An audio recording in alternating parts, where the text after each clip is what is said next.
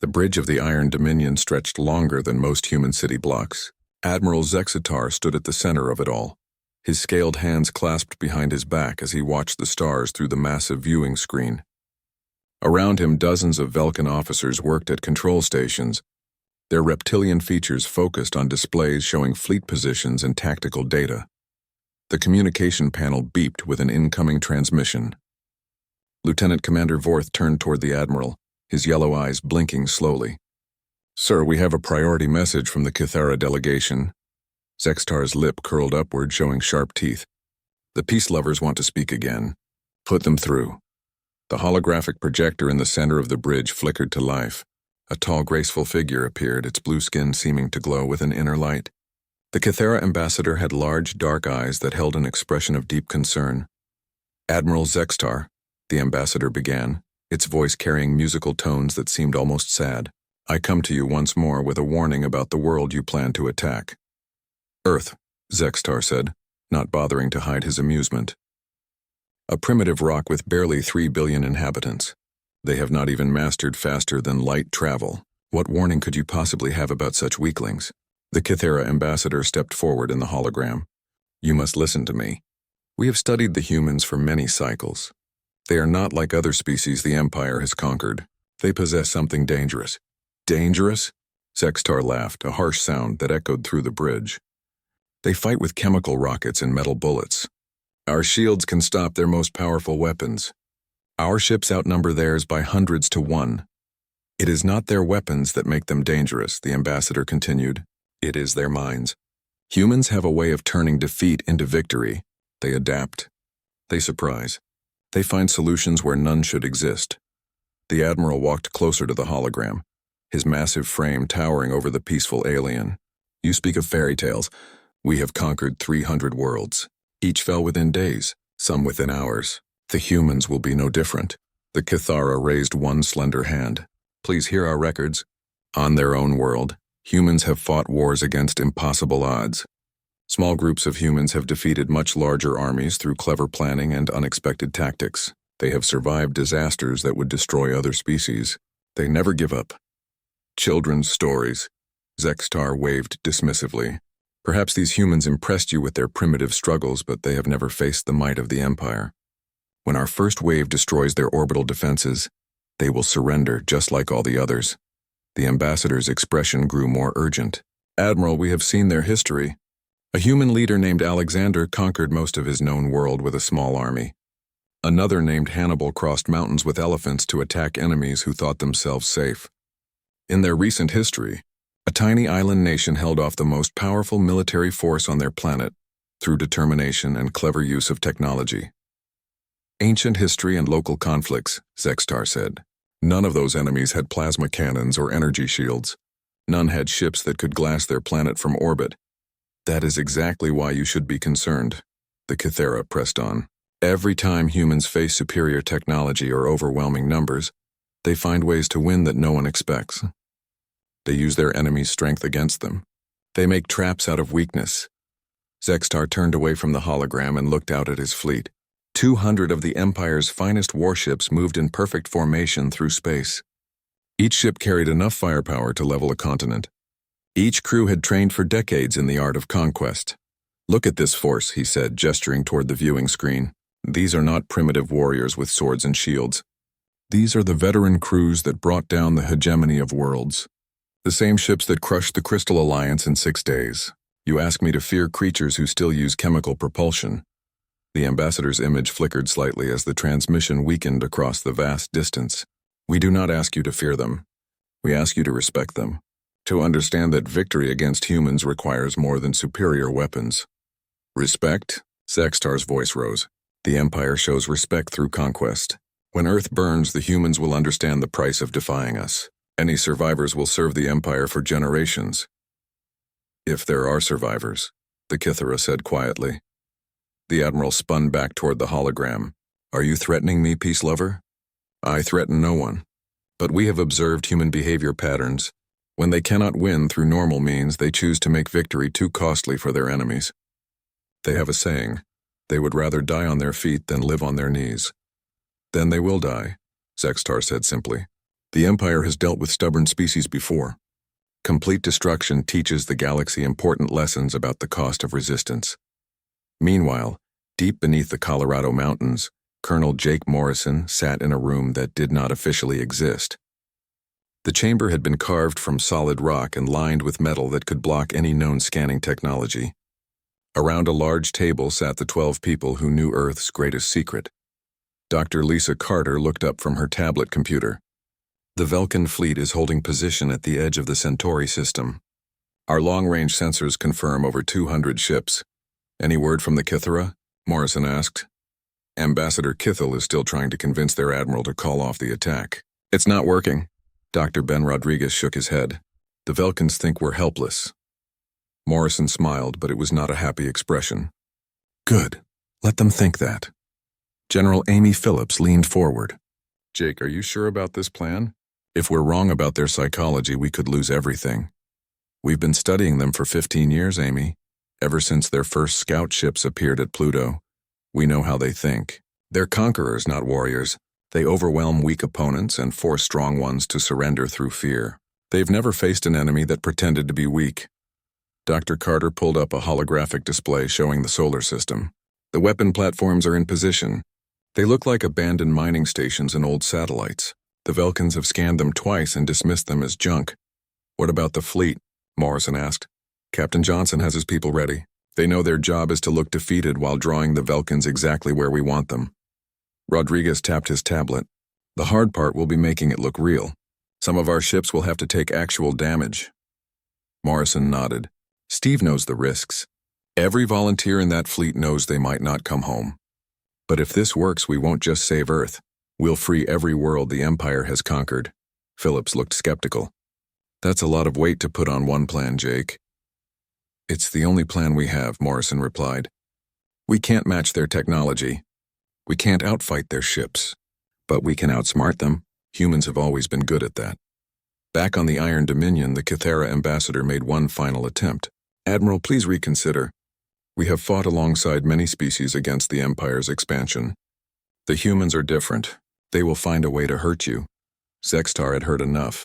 The humans will find nothing but death. This conversation is over. He gestured to his communications officer. Cut the transmission. The hologram disappeared, leaving the bridge in silence for a moment. Then Zextar turned to his tactical officer. How long until we reach Earth? 17 days at current speed, Admiral. Reduce it to 10 days. I want to end this quickly and move on to more important conquests. Sir, Lieutenant Commander Vorth spoke up. Should we send advanced scouts to gather more intelligence on human defenses? No need, Zextar replied. We know everything we need to know. They have primitive weapons and no real fleet. This will be over before it begins. As the Iron Dominion and its escort ships increased speed toward Earth, Admiral Zextar felt the satisfaction that came with inevitable victory. In 10 days he would add another conquest to the Empire's long list. The humans would learn, as all species eventually learned, that resistance to the Empire was futile. He had ignored the Kythera's warning completely. That decision would soon cost him everything. 10 days later, the massive Vulcan fleet dropped out of faster-than-light travel at the edge of Earth's solar system. Admiral Zextar stood on his bridge, watching the tactical display show the positions of his 200 ships. Each vessel was a masterpiece of military engineering, bristling with weapons that could crack a planet's crust. Initial scans complete, Admiral, reported the sensor officer. We detect primitive defensive platforms around the outer planets. Human fleet elements are gathering near the fourth planet from their star. Zextar examined the data with satisfaction. The human fleet consisted of perhaps 60 ships, all smaller than his smallest escorts. Their energy signatures were weak, their weapons primitive. It would be like crushing insects. Send the first wave, he ordered. 20 ships should be more than enough to scatter their forces. 3 light hours away, Captain Steve Johnson watched his sensors detect the incoming Vulcan ships. The bridge of the ESS Liberty was cramped compared to the alien dreadnoughts, but every station was manned by Earth's best officers. They all knew they were about to begin the most important performance of their lives. Incoming transmission from Admiral Zextar, his communications officer. Reported. Put it through, Johnson said. The main screen flickered and showed the reptilian face of the Vulcan commander. His yellow eyes held nothing but contempt as he spoke. "Human vessels, you are ordered to surrender immediately. Lower your shields and prepare to be boarded. Any resistance will result in the complete destruction of your forces." Johnson looked around his bridge at his crew. Every face showed determination mixed with fear. They all knew what came next would be dangerous, but they also knew it was necessary. "This is Captain Johnson of the Earth Space Forces," he replied. "We reject your demands. Earth will not bow to invaders." Zextar's laugh was a harsh sound. "Then you will die for nothing. Attack!" The Velkin ships opened fire with plasma cannons that lit up space with deadly energy. The human ships scattered, their formation breaking apart as they tried to avoid the devastating weapons. Several human vessels took hits, their shields flaring and failing under the assault. Johnson gripped his command chair as the Liberty shook from a near miss. "All ships fall back to defensive position Beta. Make it look desperate." The human fleet retreated toward Mars, their ships weaving and dodging as the Velkins pursued. To any observer, it looked like a rout. The primitive human ships were clearly outmatched, running for their lives as the superior alien technology hunted them down. On the Iron Dominion, Admiral Zextar watched the battle with growing satisfaction. 3 human ships had been destroyed in the first engagement. The rest were fleeing in panic, their formations broken and their communications full of desperate pleas for help. "Shall we finish them, Admiral?" asked his tactical officer. "No," Zextar replied. "Let them run back to their home world. When they tell their leaders how easily we crushed them, it may convince the humans to surrender without forcing us to destroy their cities." The Velkin ships held back, allowing the human fleet to escape toward the inner system. It was exactly what Zextar had planned. A demonstration of power followed by mercy often worked better than immediate destruction. What the Admiral did not know was that every detail of the engagement had been carefully planned months in advance. The 3 human ships that were destroyed had been old vessels scheduled for decommission, their crews evacuated just before the battle. The desperate radio communications were being broadcast from hidden stations, not from the retreating ships. Captain Johnson allowed himself a small smile as his fleet reached Mars orbit. The first phase had worked perfectly. The Velkins thought they were chasing a broken enemy, but they were actually being led exactly where Earth's defenders wanted them. On Earth, General Amy Phillips sat in the underground command center, watching displays that showed every ship movement throughout the solar system. Around her, dozens of technicians monitored systems that the Velkins didn't even know existed. "The bait worked," reported Colonel Morrison. "The Velkin fleet is moving deeper into the system. They're taking the route we predicted." Dr. Lisa Carter looked up from her analysis station. "Their formation is exactly what our model suggested. They're confident enough to stay spread out, but not so overconfident that they're ignoring basic tactics." "Any changes to the weapon platforms?" Phillips asked. Dr. Ben Rodriguez checked his instruments. "All systems nominal. The platforms are maintaining their disguise as space debris and defunct satellites. Velkin scans are passing right over them." Phillips nodded. "Excellent. Phase 2 can begin when ready." 2 days later, the Velkin fleet reached Mars orbit. Admiral Zextar expected the human forces to make another stand at their colony world, but instead found only empty space. The human fleet had retreated again, this time toward their home planet. "They abandoned their colony without a fight," reported the tactical officer with surprise. Zextar studied the tactical display. The human behavior was puzzling. Most species fought hardest when defending their outer settlements, knowing that each world lost brought the enemy closer to their home. But these humans seemed to be giving up their territory without serious resistance. "Perhaps they are smarter than most," he mused. "They know they cannot win, so they conserve their forces for the final battle at Earth." Lieutenant Commander Vorth approached with a data pad. "Admiral, some of our officers are concerned about the human retreat pattern. They seem to be leading us along a very specific route." Zextar glanced at the pad briefly. "Coincidence. They are simply running home as fast as possible. Fear makes creatures predictable." But Vorth persisted. "Sir, we have detected several unusual energy signatures from objects in our path. They appear to be old mining stations and communication satellites, but the power readings are inconsistent with abandoned structures. Space junk powered by solar collectors and backup batteries," Zextar dismissed. "These humans pollute their space with debris, just as they pollute their planet. Pay it no attention." The Vulcan fleet continued its pursuit, passing through the asteroid belt without incident. Behind them, objects they had dismissed as harmless junk quietly began powering up systems that had been dormant for months. Captain Johnson received the coded transmission while his fleet regrouped near Earth's moon. "All platforms are active and ready," the message said simply. He turned to his communications officer. "Send word to all ships, prepare for Phase 3, and remind everyone that when we turn to fight, it has to look real. The Vulcans need to believe they've finally cornered us." On the Liberty's bridge, the crew made their final preparations. They had trained for this moment for 2 years, practicing the complex maneuvers they would need to execute while making it look like desperate improvisation. "Sir," his tactical officer said quietly, "the weapon platforms are powerful, but there are still 200 enemy ships. Even with the element of surprise, this is going to be close." Johnson nodded grimly. "Close is all we need. We don't have to destroy their entire fleet. We just have to hurt them badly enough to prove that humans aren't helpless. Once we do that, the real trap begins." Admiral Zextar stood on his bridge 3 days later, looking at the blue and white marble that was Earth. His fleet had taken position around the human homeworld, completely surrounding it.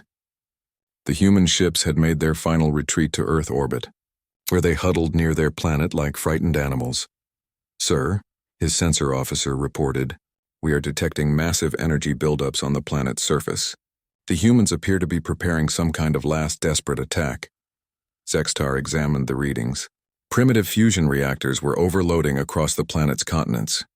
Chemical rockets were being fueled for launch. It looked exactly like what he expected from a species making its final stand. "Let them waste their energy," he said. "When they have exhausted their last weapons, we will accept their surrender." He had no idea that every energy signature his sensors detected was part of an elaborate deception. The real weapons were already in position, hidden among the debris and wreckage his fleet had dismissed during their journey through the solar system. The trap was set.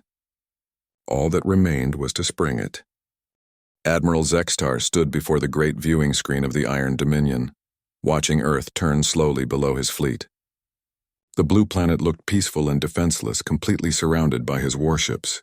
The human fleet had retreated to a tight formation near their moon, clearly preparing for a final desperate battle they could not win. "Admiral," his tactical officer reported, "all ships are in position for the final assault. The human vessels appear to be powering up their weapons, but their energy output is still far below our shield capacity." Zextar nodded with satisfaction. "Begin the bombardment of their orbital installations. Once their satellites and space stations are destroyed, we will demand their surrender. If they refuse, we destroy their major cities." The order went out across the Vulcan fleet. 200 warships began charging their plasma cannons, preparing to rain destruction on Earth's orbital defenses. On dozens of bridges, alien officers prepared to deliver the killing blow to humanity's last hope of resistance. That was when Colonel Jake Morrison, sitting in his underground bunker beneath Colorado, spoke 4 simple words into his communicator: "Spring the trap now." Across the solar system, objects that the Vulcans had dismissed as space junk suddenly came to life. What had appeared to be abandoned mining stations revealed themselves as massive weapon platforms, their disguised armor plating sliding away to expose particle beam cannons and missile launchers. Old communication satellites split open like flowers, releasing swarms of autonomous attack drones. The asteroid belt itself seemed to explode with activity, as hidden bases that had been built into large rocks began firing long-range missiles toward the Vulcan fleet. Even the debris field from an old space accident revealed itself to be a carefully constructed minefield, with explosive charges detonating in perfect sequence to trap enemy ships. Admiral Zextar spun toward his sensor officer as alarms began screaming throughout the bridge. "What is happening? Report!" "Sir, we are detecting massive weapon signatures throughout the system. Objects we cataloged as debris are revealing themselves as hostile installations. We are under attack from multiple directions." On the tactical display, red warning symbols appeared faster than the computers could count them. The Vulcan fleet, spread out in an attack formation around Earth, suddenly found itself surrounded by enemies they had never seen coming. "Impossible," Zextar breathed. "Those were derelict structures. Our scans confirmed they were powerless." Lieutenant Commander Vorth looked up from his station with fear in his yellow eyes. "Admiral, The humans must have been using some kind of cloaking technology to hide their true capabilities. They have been planning this ambush for months. The first wave of human missiles reached the outer edge of the Vulcan formation. The alien ships, designed to fight enemies who attacked from predictable directions, found their shields overwhelmed by weapons coming from every angle at once. 3 Vulcan destroyers exploded in the first 30 seconds of the ambush. Captain Steve Johnson watched from the bridge of the ESS Liberty as his fleet suddenly reversed course and charged toward the confused Vulcan ships. What had looked like a desperate last stand became a coordinated attack as the human vessels revealed their true capabilities. All ships, activate hidden weapon systems, Johnson ordered. Show them what we've really been building for the last 15 years. The Liberty's hull split open in dozens of places, revealing missile pods and energy weapons that had been concealed beneath false plating. Other human ships did the same, their true firepower finally emerging after days of pretending to be weak and primitive. "Sir," his tactical officer reported with excitement, "the weapon platforms are reporting successful hits throughout the Vulcan formation. Their shields are designed to stop frontal attacks, but they're vulnerable when hit from multiple directions simultaneously." Johnson smiled grimly as he watched Vulcan ships explode on his display. That's what happens when you conquer too many worlds the same way. You forget that enemies can be creative. The space around Earth became a nightmare of crossfire as hidden human installations revealed themselves throughout the solar system. Admiral Zextar tried to rally his forces, but the Vulcans had never trained for this kind of battle. They were used to fighting enemies who stood and traded blows, not ones who turned the entire battlefield into a weapon. "All ships, break orbit and retreat to safe distance," Zextar ordered, but it was too late. The human trap had been designed to prevent exactly that kind of escape. As the Vulcan ships tried to pull back from Earth, they found their retreat blocked by the asteroids they had passed through days earlier. What had seemed like empty space now revealed itself to be full of hidden mines and weapon platforms. The humans had turned every piece of space debris into a potential threat. Commander Sarah Mitchell led her squadron of stealth fighters out of their hiding places inside what the Vulcans had thought was a destroyed space station.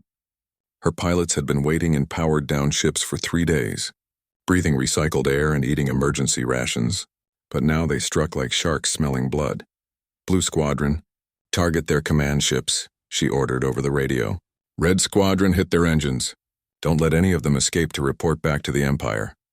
Mitchell's fighter dove toward a Vulcan cruiser, her ship's advanced targeting system locking onto weak points in the alien vessel's armor. The humans had studied captured Vulcan technology for years, learning exactly where to hit to cause maximum damage. Her missiles struck the cruiser's shield generators, overloading them in a cascade failure that left the entire ship vulnerable. Before the Vulcans could react, a particle beam from a hidden platform sliced through the cruiser's hull, cutting it in half. On the Iron Dominion, Admiral Zextar watched his fleet being systematically destroyed by enemies who seemed to appear from nowhere. Ships that had conquered dozens of worlds were being picked apart by weapons that shouldn't exist and tactics that defied all military logic. "How many ships have we lost?" he demanded. 47 destroyed, Admiral," Forth reported. "Another 30 are severely damaged. The humans have weapon platforms hidden throughout this entire system." Zextar stared at the tactical display in disbelief. His overwhelming advantage had evaporated in minutes. The humans hadn't just prepared a defense. They had turned their entire star system into a carefully designed killing field. "Sir," his communications officer interrupted, "we're receiving a transmission from the human fleet." "Put it through," Zextar growled. Captain Johnson's face appeared on the main screen. The human looked calm and confident, nothing like the desperate Commander Zextar had expected to face. "Admiral Zextar," Johnson said, "I believe you're beginning to understand your situation. You're trapped in our system with nowhere to run. Your ships are being destroyed faster than you can count them." "This changes nothing," Zextar snarled. "The Empire has thousands of ships. Even if you destroy this fleet, more will come." Johnson smiled, and it was not a pleasant expression. "We're counting on it. You see, Admiral, this battle isn't really about defending Earth. It's about sending a message to every world your empire has conquered." The human captain gestured, and the display showed dozens of other star systems throughout Vulcan space. "Every moment of this battle has been broadcast across subspace frequencies to your occupied worlds. Right now, Millions of enslaved beings are watching your invincible fleet, being torn apart by humans they were taught to see as primitive. Zextar felt his blood turn cold as he understood the true scope of the human trap. They hadn't just prepared to defend their world. They had prepared to destroy the Empire's reputation throughout the galaxy. Rebellions have already begun on 17 worlds, Johnson continued. Your garrison commanders are reporting uprisings on planets that have been peaceful for decades. It seems that news of your defeat is spreading faster than you expected. The Admiral looked around his bridge at his terrified crew. Officers who had served the Empire with pride for decades now stared at displays showing their fleet being annihilated by creatures they had dismissed as inferior. "This is impossible," he whispered. "No, Admiral," Johnson replied. "This is what happens when you underestimate humans." The battle around Earth had been raging for 6 hours, and Admiral Zextar's mighty fleet was dying. What had begun as 200 proud warships was now reduced to fewer than 80 operational vessels. The humans had turned space itself into a weapon, and every attempt to escape only led the Velkans deeper into more traps. "Admiral," Lieutenant Commander Vorth reported, his voice shaking, "the humans have destroyed our communication relay ships. We cannot contact the Empire for reinforcements." Zextar stared at the tactical display with growing horror. The red dots representing his ships were disappearing one by one, while new human weapon platforms seemed to activate every few minutes. It was as if the entire solar system had been designed as a massive trap, and his fleet had walked directly into the center of it. "Sir," his tactical officer called out, "3 more cruisers just lost main power. The humans are targeting our engines specifically. They want to capture our ships intact." That realization sent a chill through Zextar's scaled spine. The humans weren't just destroying his fleet. They were studying it, learning from it, taking everything they could use against the Empire. On the other side of the battle, Lieutenant Commander Ryan Tucker led his boarding teams through the corridors of a disabled Velkan destroyer. His Marines moved with practiced efficiency, their powered armor allowing them to survive in the damaged sections of the alien ship. "Secure the bridge," Tucker ordered over his radio. "I want their computer cores intact. Dr. Carter needs every piece of data we can get." Tucker's team had trained for this moment for 2 years, studying captured Velkan equipment and learning the layout of their ships. They knew exactly where to find the most valuable intelligence and how to extract it before the aliens could destroy it. "Sir," one of his Marines reported, "we've found the ship's captain. He's injured but alive." Tucker approached the Velkan officer who was trapped under a fallen beam. The alien's yellow eyes burned with hatred, but Tucker could also see fear there. This creature had probably never been defeated before today. "Can you understand me?" Tucker asked in the Velkan language that human linguists had decoded years earlier. The alien captain spat something that was probably a curse, but Tucker continued speaking calmly. "Your ship is captured. Your crew will be treated according to the laws of war, but I need you to answer some questions." "I will tell you nothing, primitive," the Velkan hissed. Tucker activated his tablet and showed the captain a display of the ongoing battle.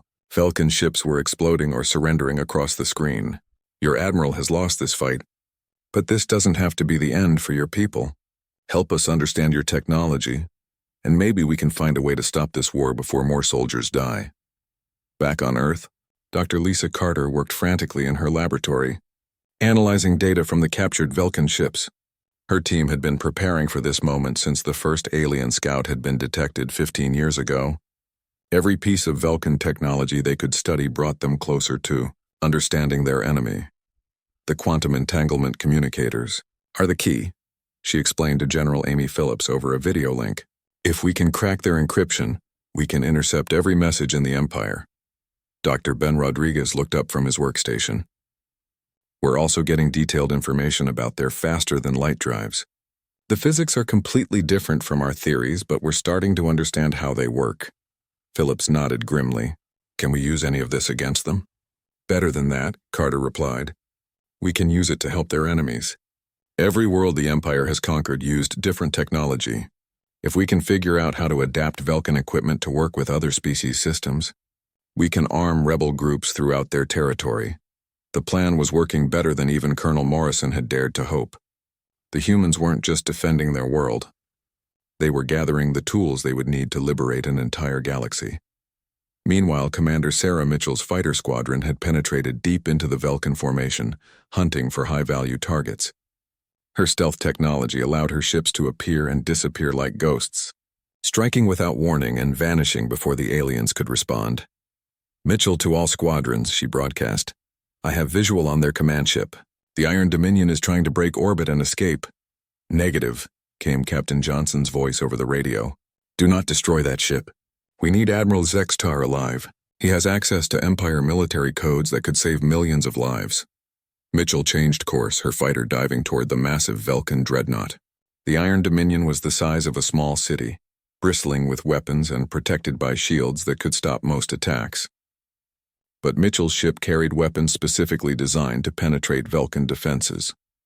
Her missiles struck the dreadnought's shield generators in perfect sequence, overloading them just as her squadron mates had practiced hundreds of times in simulation. The great ship's defenses flickered and failed, leaving it vulnerable for the first time in its long career. "This is Commander Mitchell to the Iron Dominion," she broadcast on an open channel. "Your shields are down and you're surrounded. Surrender now and your crew will be spared." On the bridge of his flagship, Admiral Zextar felt the deck shake as human weapons struck his ship's hull. The humans were being careful not to destroy vital systems. But the message was clear. They could finish his ship anytime they wanted. "Admiral," Forth said quietly, "perhaps we should consider their offer. The crew doesn't deserve to die for our mistakes." Zextar looked around his bridge at officers who had served the Empire faithfully for decades. These soldiers had families waiting for them on distant worlds. They had followed him into this trap because they trusted his judgment. "Sir," his communications officer reported, "we're receiving signals from the outer colonies. The rebellions are spreading faster than our garrison forces can contain them. 17 systems have declared independence in the last 4 hours." The Admiral felt the weight of his failure crushing down on him. He had not just lost a fleet. He had broken the Empire's reputation for invincibility. Worlds that had lived in fear for generations were suddenly brave enough to fight back. "There's more, sir," the officer continued. "We're detecting human signal transmissions from inside our own territory. They seem to have agents on multiple worlds coordinating the uprisings." Zextar staggered as he realized the full scope of the human plan. This hadn't been a desperate defense of one world. It had been the opening move in a carefully planned campaign to destroy the Empire from within. Dr. Carter's voice came over the radio, speaking in perfect Velkin. "Admiral Zextar, this is Dr. Lisa Carter of Earth. We know you can hear this transmission." The Admiral turned toward the communication station with surprise. How did these humans know his language so well? "We have been studying your people for 15 years, Carter continued. "We know about the slave worlds. We know about the conquered species who serve your empire against their will. We also know that many Velkins are tired of endless war and expansion." "What do you want?" Zextar asked, his voice barely a whisper. "We want to offer you a choice," Carter replied. "Continue fighting and watch your empire tear itself apart, or help us build something better. A galaxy where different species work together instead of one conquering all the others." Zextar looked at his tactical display. His once mighty fleet was now just scattered wreckage and a few damaged ships. Around Earth, human vessels moved with confidence, their crews no longer pretending to be afraid. "You have defeated us," he admitted, "but the Empire has thousands of ships. Even if every world rebels, the core systems will send more fleets." "We know," Carter said. "That's why we need your help. You know their tactics, their technology, their weaknesses. Together we can end this war before it destroys half the galaxy." The Admiral closed his eyes and thought about all the worlds he had conquered, all the species he had enslaved in the name of Empire glory. For the first time in his long military career, he wondered if there might be a better way. Admiral Zextar sat in the conference room aboard the ESS Liberty, his hands bound but his treatment respectful. Through the viewport, he could see the wreckage of his once mighty fleet floating in Earth's orbit. Only 37 of his 200 ships remained intact, and those were now under human control. Across the table sat Captain Steve Johnson, Dr. Lisa Carter, and Colonel Jake Morrison. The humans had removed their weapons as a gesture of respect, but Zextar knew he was completely at their mercy. What surprised him was that they seemed genuinely interested in what he had to say. "The core worlds will send more fleets," Zextar said quietly. "When news of this defeat reaches the capital, they will mobilize everything they have. They cannot allow a conquered species to inspire others. Dr. Carter leaned forward. How long do we have? 3 months, perhaps 4, the Admiral replied. The fastest ships will carry word of our defeat. Then the High Command will need time to organize a response. But when they come, they will bring 1,000 ships or more. Colonel Morrison made notes on his tablet. What about the rebellions? How will the Empire respond to those? Zextar's expression grew troubled. They will be crushed without mercy. The High Command believes that showing weakness to rebels only encourages more rebellion. They would rather destroy entire worlds than admit the Empire can be defeated. Then we need to move fast, Johnson said. Dr. Carter, how quickly can we get the captured technology working? Carter consulted her own tablet. We've made significant progress with their communication systems. Dr. Rodriguez thinks we can have basic compatibility with other species' technology within 2 weeks.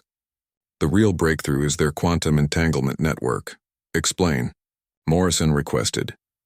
Every Velkin ship has a quantum communicator that can send messages instantly across any distance, Carter continued. If we can crack their encryption codes, we can coordinate resistance movements on hundreds of worlds simultaneously. Zextar looked up with surprise. You want to turn our own communication network against us? We want to use it to save lives, Morrison corrected. The faster we can coordinate rebellions, the fewer people will die when the Empire tries to crush them. Over the next hour, the humans explained their plan in detail. They didn't want to simply defeat the Velkin Empire. They wanted to transform it into something that could never again conquer innocent worlds. We know about the Kithara peace accords, Johnson said. Before your people started their expansion, there was a Galactic Council that settled disputes without war. We want to rebuild that. Impossible, Zextar shook his head. The Empire controls too much territory. The High Command will never agree to give up their power. They won't have a choice, Carter said. We've been in contact with resistance groups throughout your territory. The hegemony of worlds still exists in hiding. The Crystal Alliance survivors have been planning their revenge for decades. Even some of your own people are tired of endless war. Zextar stared at the humans in amazement. You've been planning this for much longer than 15 years. Morrison smiled. We've been planning this since we first learned we weren't alone in the universe. Humans have a saying, hope for the best but prepare for the worst. We hoped you would be peaceful neighbors. We prepared for you to be conquerors. And now, Zextar asked, now we prepare for the future, Johnson replied. A future where no species has to live in fear of being conquered. 3 weeks later, Lieutenant Commander Ryan Tucker stood on the bridge of a captured Velkin cruiser that had been renamed the Liberation. His crew was a mixture of humans and freed aliens from a dozen different species. Together, they had just completed a raid on a Velkin prison world, freeing over 10,000 political prisoners. Sir, his communications officer reported, we're receiving a transmission from the Andromedan Resistance. They're ready to begin their uprising. Tucker smiled as he looked at the tactical display. Across the galaxy, similar operations were taking place. Human advisors worked with local resistance groups, sharing captured Velkin technology and coordinating attacks on key Empire installations. Send them the go signal, he ordered, and remind them to target communication arrays first. We don't want word getting back to the core worlds until we're ready. The plan was working better than anyone had dared hope. The Empire's own communication network had become the tool of its destruction. Every quantum message that had once carried orders to conquered worlds now carried hope to freedom fighters. On Earth, Dr. Ben Rodriguez worked with a team of alien scientists who had been freed from Velkin research facilities. Together, they were developing new technologies that combined the best ideas from dozens of species. The Zephyrian crystal matrix can be adapted to work with human fusion reactors, one of his colleagues explained. The energy output would be 10 times greater than either technology alone. Rodriguez nodded excitedly. And if we combine that with Velkin shield generators, we could build defensive platforms that even their core world fleets couldn't penetrate. The galaxy was changing faster than anyone could track. Every day brought news of new worlds declaring independence, new species joining the growing alliance against the Empire, new technologies being shared freely instead of hoarded by conquerors. Commander Sarah Mitchell flew patrol missions in her new fighter, a hybrid design that combined human stealth technology with captured Velkin engines. Her squadron now included pilots from 6 different species, all working together to protect the growing network of free worlds. This is Eagle Leader, To all squadrons, she broadcast. We have incoming ships on long-range sensors. Looks like a Velkin patrol, but they're broadcasting surrender codes. More and more Empire ships were defecting as word of the rebellion spread. Many Velkin crews had grown tired of endless conquest and chose to join the Alliance rather than fight for a dying regime, Admiral. Zextar stood on the observation deck of the space station that was being built in Earth's orbit. The massive structure would serve as headquarters for the new Galactic Council, a governing body that represented all species equally, instead of putting one in charge of all the others. The first council meeting is scheduled for next month, Colonel Morrison said, joining him at the viewport.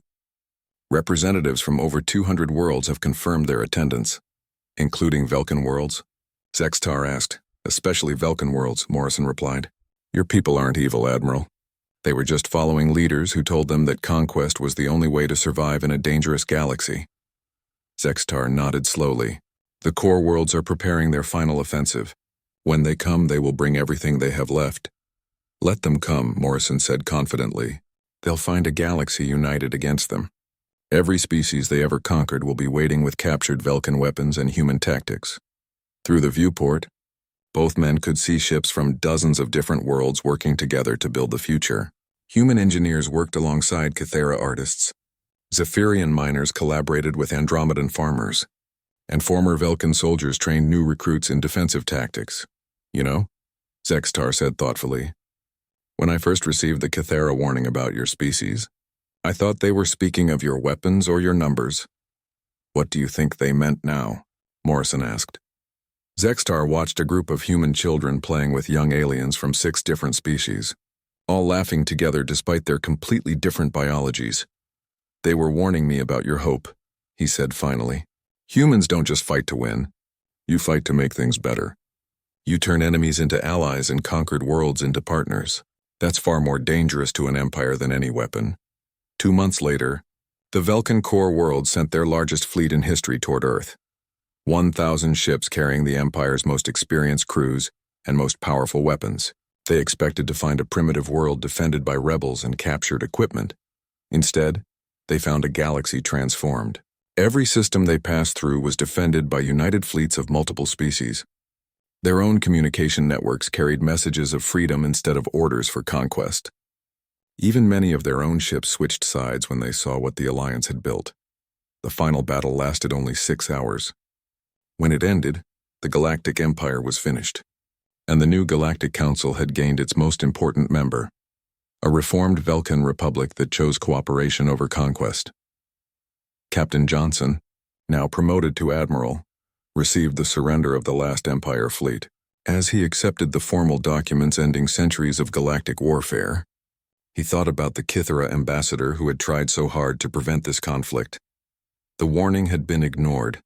The trap had been sprung, and the galaxy would never be the same. Humanity had proven that even the mightiest empire could fall when good people refused to give up hope.